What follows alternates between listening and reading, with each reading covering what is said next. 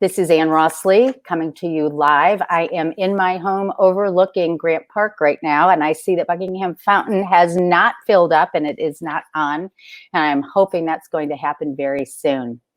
It is June 15th today, and I want to get you all of the latest housing data, both nationally and here in Chicago. So this will be broadcast on Facebook later.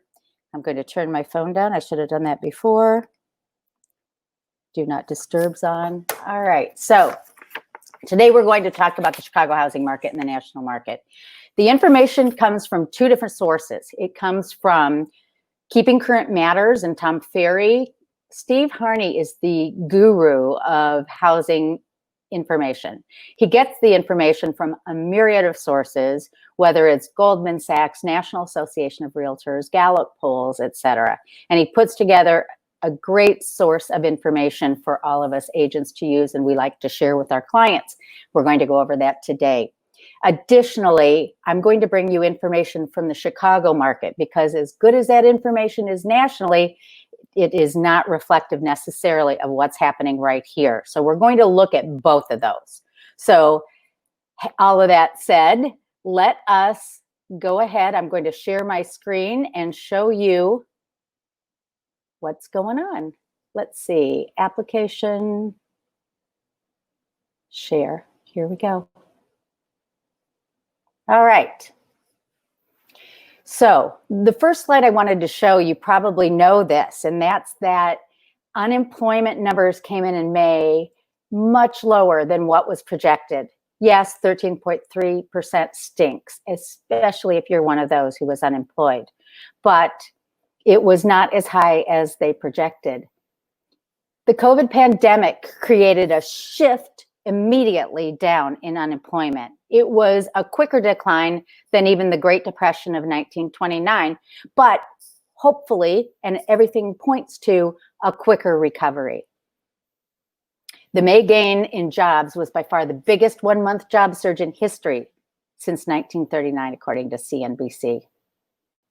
Most economists say that we are going to have either a V-shaped recovery or what they call a swoosh. Am I backwards? I don't know which. Recovery, like the Nike swoosh. And 91.2% of economists surveyed by the Wall Street Journal say that we have already begun the recovery, or it's going to happen third quarter. And guess what? Third quarter is in 2 weeks. So we're right on the cusp of things getting better. So now let's talk about what that means for housing. This graph shows you the number of showings occurring all across the US for houses on the market. And we were poised to have a really terrific spring. And then as of March 3rd, it tailed off and showings just plummeted. However, we're back now to where showings were in January. The market has kicked off. It is here. Purchase applications have increased. And of course, it's not a surprise given the fact that the interest rates are so incredibly low right now. Pending sales are up, new listings taken is up, and these numbers are month over month, but we're on the incline. So the recovery, according to Steve Harney and his group, is being fueled by the housing market, which is really strong. The impact of each single home purchase is worth $88,000 to the US economy between the income generated, the expenditures for the home purchase, housing related purchase, new construction. We're a little bit lower here in Illinois, but they still say that the benefit to the Illinois economy is $68,000 for every single home purchase. Now, here's the deal. Housing inventory has been dropping and dropping and dropping. In fact, this graph shows since 2010, the supply of homes, as looked at as a rate of sale, if you will, is down to 4.1 months now, and it has been in a decline. You know, we had a big inventory in like 2010. You know, this shows 8.5. You know, condos in Chicago were as high as 20 months worth of inventory at some places. But nationally, we are down to 4.1 months, and that means it's a total seller's market. Looking at each month, year over year, it just gets more and more grave. We really, as a country, are looking for listings. Not a surprise. Supply, demand. If we have no supply and we have a demand, we're going to see price increases. And there's only 1 year for one group surveyed that says we're not going to have an increase. Let me say that differently. Everybody's saying home prices will appreciate between this year, 21, and 22. And you can see by looking at this, Fannie Mae predicts 2.1% next year. The Mortgage Bankers Association says next year we're going to see 3.2, and that's after 4.3% this year.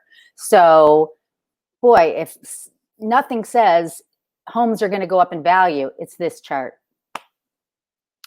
June is National Homeownership Month.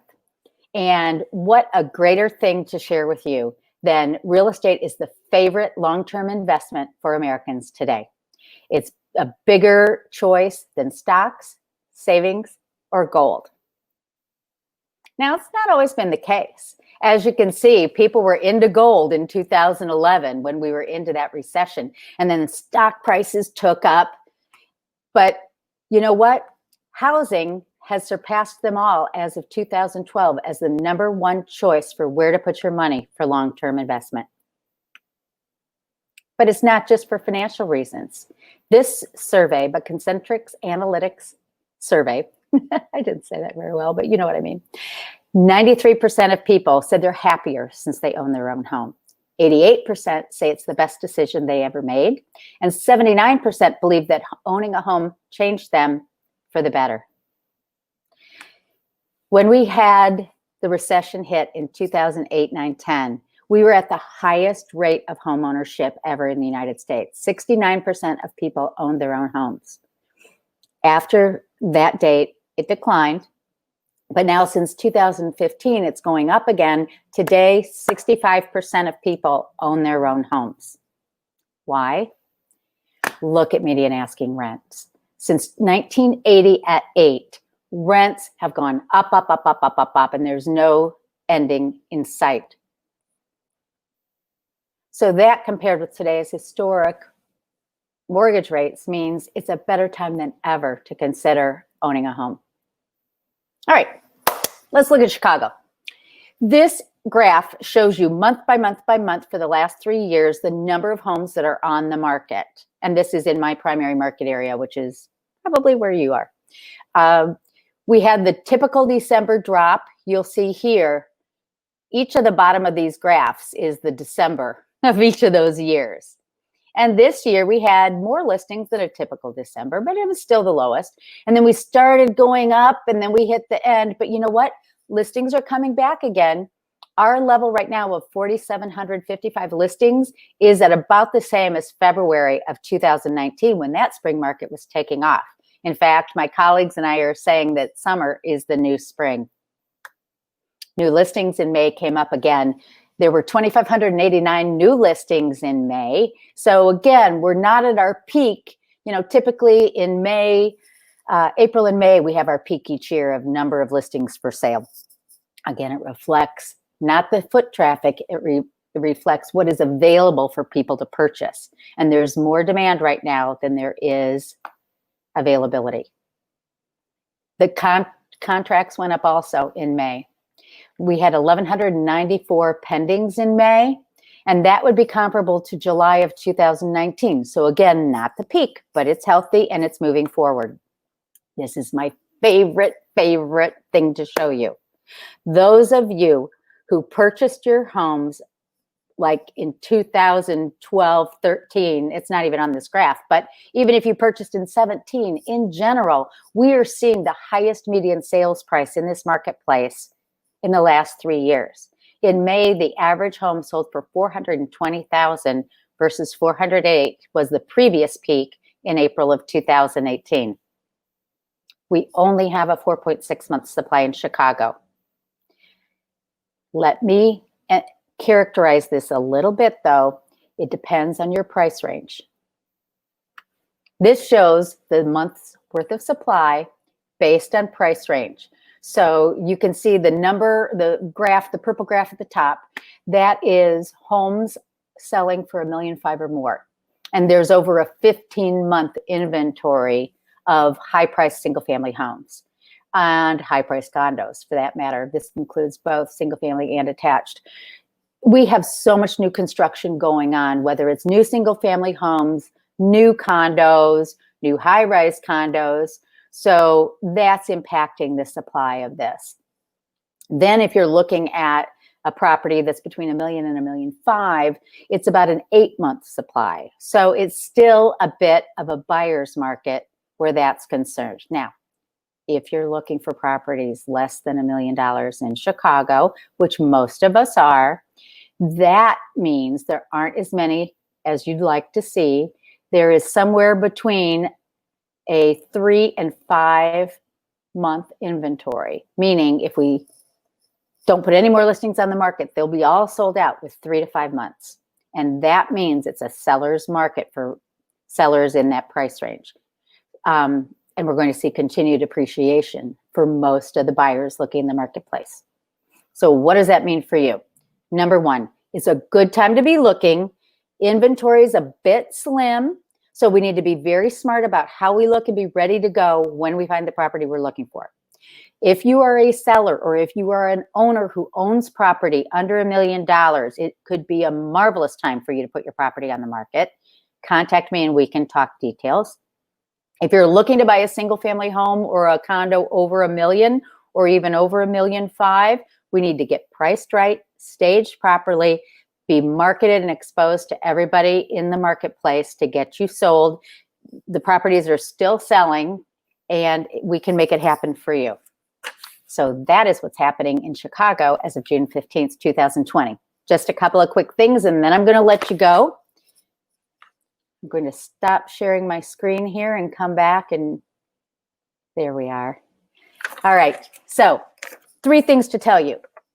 Every Monday morning at 6:30, I do a weekly morning coffee with Kyle Harvey from my office, and we dish about what's going on in the market, what happened over the weekend, and I invite you to tune into that live, or you can see it on my Facebook page, Ann Rossley Real Estate. In addition, I wanted to talk to you a moment about this week's featured listing. It's at 310 South Michigan Avenue, Unit 1004. It is a marvelous, immaculate 2-bedroom, 2-bath, including 2 parking spaces. So we'll call it the 222 for $485,000. If you look in the post below, you will see a link that you can see the video for that property. It's phenomenal. Finally, direct message me or text me if you would like to get more information about buying or selling in Chicago. I would love to help you. The market is good, but I certainly would love to help you make a wise choice and take advantage of all the home ownership opportunities that are out there. Happy Home Ownership Month, and I look forward to speaking with you soon. Bye-bye.